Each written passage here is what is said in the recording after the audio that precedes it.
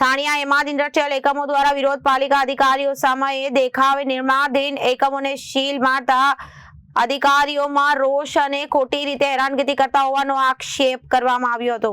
સાણિયા Hemad industrial એકમો દ્વારા વિરોધ નોંધાવવામાં આવ્યો હતો। પાલિકા અધિકારીઓ સામે દેખાવ કરવામાં આવ્યો હતો।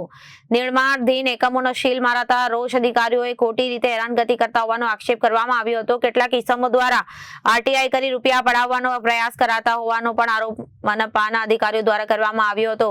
બે ઇન્ડસ્ટ્રીયલ સોસાયટીમાં સીલની કાર્યવાહી કરવામાં આવી હતી, જેના પગલે 4000 જેટલા લોકોની રોજગારી પર અસર જોવા મળી હતી। બેંક લોન, મશીનરી લોનના હપ્તા પણ ભરવામાં મુશ્કેલી પડી હતી। મારું નામ અનિલભાઈ। આ સણિયા હેમાદ વિસ્તાર છે અને પ્રોબ્લેમ એ છે કે અમે અહીંયા અમારી મરણ મૂડી લગાવી અને નાની મોટી ઇન્ડસ્ટ્રી, નાના મોટા ધંધા કરવા માટે મકાન બનાવી રહ્યા છીએ, પણ લોકલ બોડી જે છે એસએમસીની એ વારે અમને બંધ કરાવે છે અને અથવા તો અમારી તાલુકા ખાતામાં સીલ મારે છે। આ સમસ્યા છે અમારી।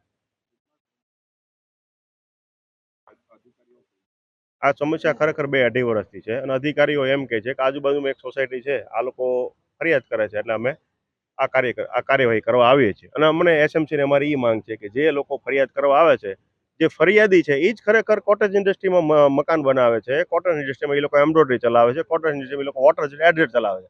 અમારે તો કોટેજ ઇન્ડસ્ટ્રીમાં એમ્બ્રોઇડરી ચલાવવા છે, તો જે ફરિયાદી છે એ જ લોકો આ કામ કરે છે, તોય તમે લોકો અમને હેરાન કરો છો। અમે આ એસએમસીને રજૂઆત કરીએ છીએ વારંવાર।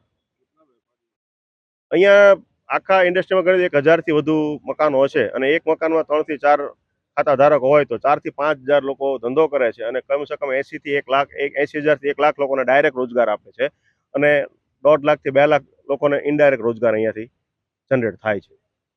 Reporter Arvind Rathod, Janadesh news, Surat.